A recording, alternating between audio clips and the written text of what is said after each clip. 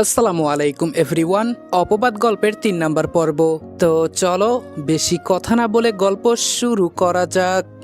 বিছানায় গা এলিয়ে দিতেই হঠাৎ দেয়ালের মাঝে অর্পিতার ছবি ঝুলানো দেখে মুহূর্তের মাঝে রাগ উঠে গেল। বিছানা থেকে নেমে অর্পিতার ছবি ভেঙে চুরে ফেলে দিলাম। সেই সাথে ওর যাবতীয় ব্যবহৃত জিনিস একত্রে আগুনে জ্বালিয়ে দিলাম। সবকিছু নিমেষেই ছারখার হয়ে গেল।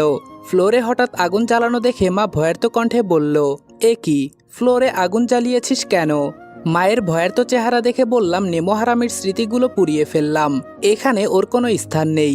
আমি ওর সামান্য পরিমাণ সুতাটুকুও অবশিষ্ট থাকতে দিব না এখানে। মা বলল, বৌমাকে তো ভালোবেসেই বিয়ে করেছিলি, মেয়েটা তোর সাথে এত বড় নিমোহারামি কেমনে করতে পারে? আমার তো মাথায় কাজ করছে না। যখন ওইরকম একটা ঘটনা ঘটলো তখন আর কেউ তোর পক্ষ না নিলেও বৌমা তো তোকে ভালোভাবে জানতো, তারপরেও অবিশ্বাস করে সাংঘাতিক কাণ্ড ঘটিয়ে ফেললো। আমি বললাম, সব আমার দুর্ভাগ্য। অর্পিতার কথা ভাবলে এখন এমনি অনেক রাগ উঠে যায়। ভাবতাম এত ভালোবাসার পরেও কেমনে আমার সাথে নিমোহারামি করতে পারলো। ওর কলিজা একটুও কাঁপলো না। 1 বছর সাংসারিক জীবনে কখনো রাগারাগি করে ওর গায়ে হাত তুলিনি। সবসময় ভালোবেসেছি, ওর অনেক কেয়ার করেছি।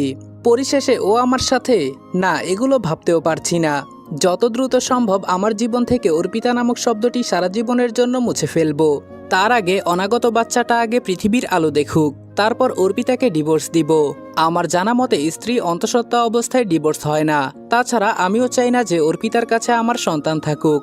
আনমনে ভেবে চোখ বুজে ঘুমিয়ে পড়লাম। এভাবে কিছুদিন কেটে গেল। এর মধ্যে আমি আবার আগের মতো চাকরিতে জয়েন করলাম। সবকিছু বেশ ভালোই চলছিল। এর মধ্যে অর্পিতার সাথে যোগাযোগ নেই বললেই চলে। তো একদিন হঠাৎ অপরিচিত নাম্বার থেকে অর্পিতা কল দেয়। আমিও অপরিচিত ভেবে কল কেটে দেই। দ্বিতীয়বারের মতো যখন কল দেয় তখন কল রিসিভ করে বললাম, হ্যালো, কে বলছেন? ওপাশ থেকে বলল, কেমন আছো? কণ্ঠস্বর শুনে মুহূর্তের মধ্যে নিমুহারামিকে চিনে গেলাম। ব্যাস নিমিষে রাগ উঠে গেল। নিজেকে বেশ সংযত রেখে বললাম, তোর সাহস কি করে হয় আমার ফোনে কল দেওয়ার? ওপাশ থেকে অর্পিতা কান্না করে বলল, সরি, অবিশ্বাস করে তোমার সঙ্গে অনেক অন্যায় করে ফেলেছি, পারলে আমাকে ক্ষমা করে দিও। আমি বললাম, এই খবরদার, ন্যাকা কান্না করে ভালো হবার চেষ্টা করবি না। 1 বছর সংসার করেছিস আমার সাথে, কখনো রাগ করে তোর গায়ে ফুলের টোকাও দেইনি। আর তুই আমাকে রিমান্ডে মার পর্যন্ত খাইয়েছিস। একটাবারের জন্য আমার কথা ভাবিসনি। মানুষ কতটা অসহায় হলে কান্না করে তা বোঝার ক্ষমতা তোর নেই। যদি থাকতো তাহলে অবশ্যই সেদিন আমাকে জেল থেকে ছাড়িয়ে নিতি। সে যাই হোক, সত্য কখনো গোপন থাকে না। আজকে না হয় কাল ঠিকই সত্যটা বের হয়ে আসে। অর্পিতা কান্নায় ভেঙে পড়ে বলল, আমাকে মাফ করা যায় না? আমি বললাম, মাফ চাওয়ার কোনো প্রশ্নই আসে না। তুই আমার কাছ থেকে মাফ কেন চাইছিস? এই মাফ চেয়ে কোনো লাভ হবে না। অনাগত বাচ্চাটা দুনিয়ার আলো দেখুক, তারপর তোর কাছে ডিভোর্স পেপার পাঠিয়ে দিব। ততদিন তোর আর আমার সম্পর্ক এভাবেই ঝুলিয়ে থাকবে। অর্পিতা বলল, আর যাই করো না কেন ডিভোর্স দেওয়ার কথা অন্তত মুখে এনো না। আমাদের সন্তানটা যে এতিম হয়ে যাবে। সন্তানের জন্য তো বাবা মা দুজনকেই প্রয়োজন হয়, তাই না? বাচ্চাটার কথা ভেবে অন্তত ডিভোর্স দেওয়ার কথাটা বাদ দাও। আমি বললাম, তোর ইমোশনাল কথায় আমার মন গলবে না। যদি ভেবে থাকিস সন্তানটার কথা ভেবে কিছুদিন পর সব ভুলে গিয়ে তোকে মেনে নিব, তাহলে সম্পূর্ণ ভুল। তোকে যদি আমার হাতের নাগালে পাই তো জানে মেরে ফেলবো। এখন তোকে আঘাত করতে আমার বিন্দুমাত্র হাত কাঁপবে না। নিজের ভালো চাইলে কখনো আমার সামনে পড়িস না। এখন ফোন রাখ, আর কখনো আমার সাথে যোগাযোগ করার চেষ্টা করবি না। এই বলে কল কেটে দিলাম। এভাবে রাগে অভিমানে দিনগুলো কাটতে লাগলো।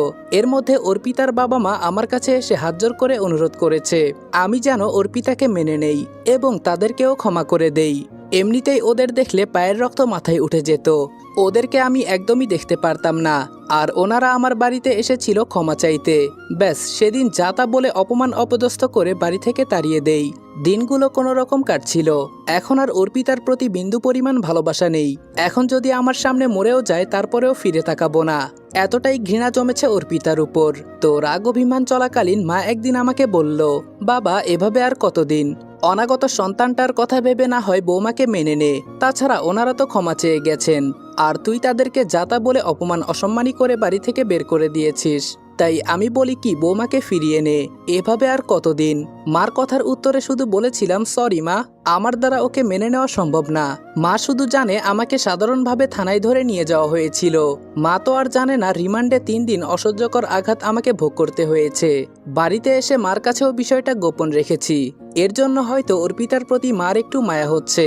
এগুলো জানলে কখনো অর্পিতাকে মেনে নিতে বলতো না। এভাবে দিনের পর দিন কেটে যেতে লাগলো। অফিসের কাজে মগ্ন হয়েছিলাম। এমন সময় অর্পিতার বান্ধবী নিতু আমার ফোনে মেসেজ লিখলো, ভাইয়া আপনি ছেলে সন্তানের বাবা হয়েছেন, জলদি মিষ্টি নিয়ে হাসপাতালে আসুন। ফোনে নিতুর মেসেজ দেখে অনেকটা খুশি হয়ে হাসপাতালে চলে যাই। অর্পিতার বাবা মা উনারা আমাকে দেখে তাদের ঠোঁটের কোণে হাসির রেখা ফুটে উঠল। ভেবেছে এই খুশিতে অর্পিতাকে মেনে নিব। শাশুড়ি মা আমার সাথে কথা বলতে আসলে পাশ কাটিয়ে অর্পিতা যে কেবিনে আছে সেখানে চলে যাই। লক্ষ্য করলাম অর্পিতা ঘুমিয়ে আছে, পাশে ছোট ছেলেটাও ঘুমিয়ে আছে। ব্যাস, অর্পিতাকে দেখে আগের রাগটা উঠে গেল। আনমনে ভেবে নিলাম আমার ছেলেকে এই নিমুহারামির কাছে রাখবো না, প্রয়োজনে আমার কাছেই রাখবো।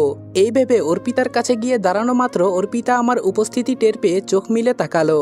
আমাকে দেখে ঠোঁটের কোণে মিষ্টি একটা হাসি এনে বলল, আমি জানতাম আমার উপর তুমি বেশি দিন রাগ করে থাকতে পারবা না। আমার কথা না ভাবলেও সন্তানটার কথা ভেবে হলেও আমাকে আপন করে নিবা। একসময় অর্পিতার এই হাসি দেখে বারবার ওর প্রেমে পড়েছি, আর আজকে ওর হাসি দেখে শুধু রাগ হচ্ছে। নিজেকে স্বাভাবিক রেখে গম্ভীর কণ্ঠে বললাম, তুই ভুল ভাবছিস, তোকে মেনে নিতে আসি নাই, আমার রক্তকে ফিরিয়ে নিতে এসেছি। এই বলে ছেলেটাকে কোলে নিয়ে চলে যেতে নিলেই অর্পিতা আমাকে পেছন থেকে ধরে কান্না করে দিল। মুহূর্তের মাঝে অর্পিতার বাবা মা আমার সামনে এসে দাঁড়ালো। তাদের দেখে রাগটা আরো দ্বিগুণ বেড়ে গেল। কর্কশ কণ্ঠে অর্পিতার উদ্দেশ্যে বললাম, আমাকে ধরেছিস কেন? ছাড়, নইলে কিন্তু আমার থেকে খারাপ আর কেউ হবে না, এটা বলে দিচ্ছি। আমার রাগান্বিত হওয়া দেখে অর্পিতা আরো শক্ত করে জড়িয়ে ধরে বলল, পাগলামি করছো কেন? এটুকু দুধের শিশুকে তুমি সামলাতে পারবা না, একটু বোঝার চেষ্টা করো। আমি কথা দিচ্ছি ও যখন একটু বড় হবে তখন আমি নিজে তোমার হাতে তুলে দিব। তবুও আমার সন্তানকে কেড়ে নিও না প্লিজ। ওকে আমার কাছ থেকে নিয়ে গেলে আমি সত্যি এবার মরে যাব। অর্পিতার কথা শুনে কেমন জানি চুপ মেরে গেলাম। আমি কিছুই বুঝে উঠতে পারছি না। এই মুহূর্তে কি থেকে কি করছি তা মাথায় খেলছে না। এখন শুধু মনে হচ্ছে এই নিমুহারামির কাছে আমার ছেলেকে রাখবো না। আনমনে ভেবে যাচ্ছি, এর মধ্যেই হঠাৎ আমার পা কে জানি জড়িয়ে ধরলো। নিচের দিকে তাকাতে আমার চোখ জোড়া কপালে উঠে গেল। মুহূর্তের মাঝে নিজের পা সরিয়ে নিলাম, কেননা যে লোকটা আমার পা জড়িয়ে ধরেছিল সে আর কেউ নয়, অর্পিতার বাবা। লোকটা আমার সাথে যতই অন্যায় করুক না কেন, সে তো আমার বাবার বয়সী। উনার কাণ্ড দেখে আমি হতভম্ব হয়ে বললাম, কি করছেন আপনি? আপনি আমার বাবার বয়সী, যত কিছুই হোক না কেন আমার পা তো আপনি ধরতে পারেন না। লোকটি ফ্লোর থেকে উঠে দাঁড়ালো, চোখের জল ঝরাতে ঝরাতে বলে উঠল, কি করব বাবা, আমি যে রাগের ঘরে তোমার সাথে বড্ড অন্যায় করে ফেলেছি। ছোট মেয়ের মিথ্যা কথা শুনে বড় মেয়েকে জীবন্ত লাশ বানিয়ে ফেলেছি। যেদিন ছোট মেয়েটা নিজেই স্বীকার করলো সে মিথ্যা নাটক করেছে, সেদিন ইচ্ছামতো কাঁচা ব্যাট দিয়ে ছোট মেয়েটাকে তোমার শাশুড়ি মা মেরেছিল। সেদিন আমি একটিবারের জন্য বাধা দেইনি। অনুশোচনা আর অনুতপ্তে এক সেকেন্ডের জন্য তখন বাসায় বসে থাকিনি, তড়িঘড়ি করে তোমার জামিনের ব্যবস্থা করিয়ে নেই। কিন্তু ততক্ষণে অনেক দেরি করে ফেলেছিলাম। সেদিনের পর থেকে আমার বড় মেয়ে অনুশোচনায় রোজ রোজ কান্না করত। বাবা হয়ে মেয়ের কান্না আমি সহ্য করতে পারতাম না। সবার আড়ালে আমি নিজেও কান্না করতাম। আমাদের প্রতি তোমার রাগ হচ্ছে, এটাই স্বাভাবিক। পরিশেষে একটা কথা বলবো, আমার মেয়ের কাছ থেকে এই দুধের শিশুটাকে কেড়ে নিও না প্লিজ। মেয়েটা এবার কান্না করতে করতে সত্যিই মারা যাবে। অর্পিতার বাবা এটা বলে চোখের জল ঝরাতে লাগলো। বুঝতে পারলাম তারা সত্যি অনেক অনুতপ্তের মধ্যে আছে। থাকলেই কি হবে, আমার সাথে যে অন্যায় করেছে তা কখনোই ক্ষমা সম্ভব না। এই ভেবে অর্পিতাকে ছাড়িয়ে নিলাম। তাদের কথার তোয়াক্কা না করে যেই দরজা অতিক্রম করব এমন সময় কোথা থেকে যেন একজন নার্স এলো। নার্স আমার সামনে দাঁড়িয়ে বলল, আরে কি ব্যাপার, এইটুকু বাচ্চা নিয়ে কোথায় যাচ্ছেন? নার্সের কথা শুনে শাশুড়ি মা কান্নাজড়িত কণ্ঠে বলল, দেখুন না, পারিবারিক রাগারাগি হওয়ার কারণে দুধের শিশুকে কেড়ে নিয়ে যাচ্ছে। শাশুড়ি মার কথা শুনে সেবিকা মেয়েটি আমার উদ্দেশ্যে বলল, ভাইয়া আপনাকে কিছু কথা বলবো। এগুলো শুনে যদি আপনার কোনোভাবে আমার কথা ঠিক বলে না মনে হয় তাহলে আপনি আপনার সন্তানকে নিয়ে যাবেন, আপনাকে কেউ বাধা দিবে না। আমি বললাম, আচ্ছা বলুন। নার্স বলল, আচ্ছা বাবা হিসেবে আপনি আসলে কি চান? সন্তান সুস্থ থাকুক নাকি অসুস্থতায় পড়ে যাক?